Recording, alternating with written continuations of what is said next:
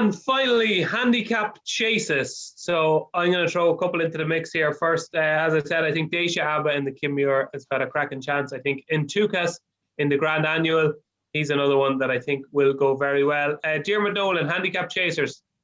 Conflated is one that I'm very, very big on, just like yourself, Dave. Agree with that? I don't think a mark 149 will stop him. Like when you look at the form behind, like Mr. Hendricks is behind him. He's now really 146. Denny Lacey is one from behind him. Rebel Gold is one from behind him. Second to Steering Falange. Like he just has some serious form. Missed Christmas and missed the last day, but that wouldn't concern me. Kind of reminds me a bit of the storyteller coming into this race. Just that kind of novice chaser.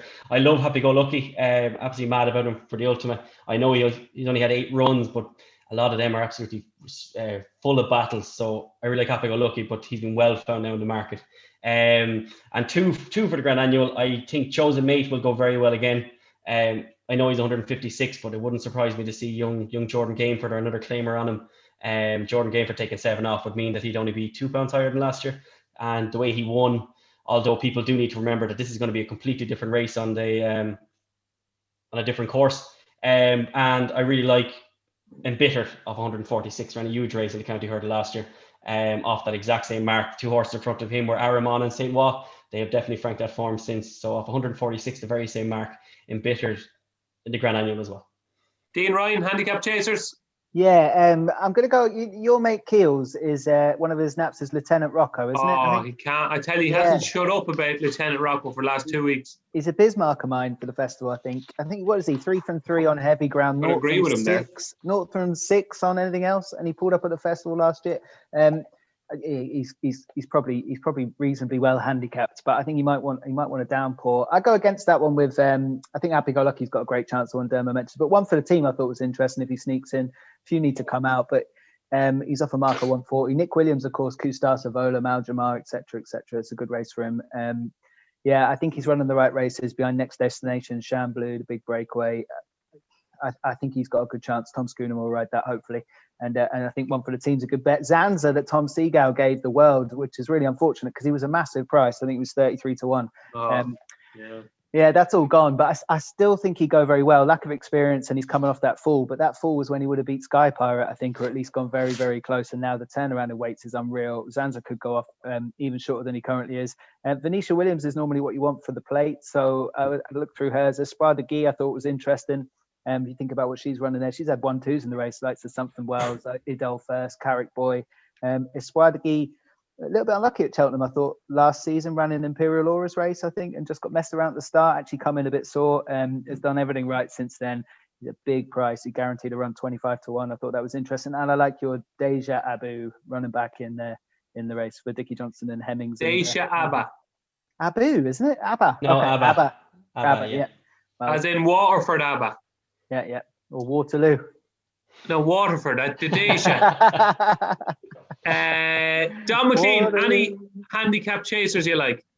Yeah, like Run Wild Fred is favourite now for the Kinmure, but he's off mark of 140, which is £4 lower than his hurdles mark. I tell you, he ran a hell of a race in the t&cs.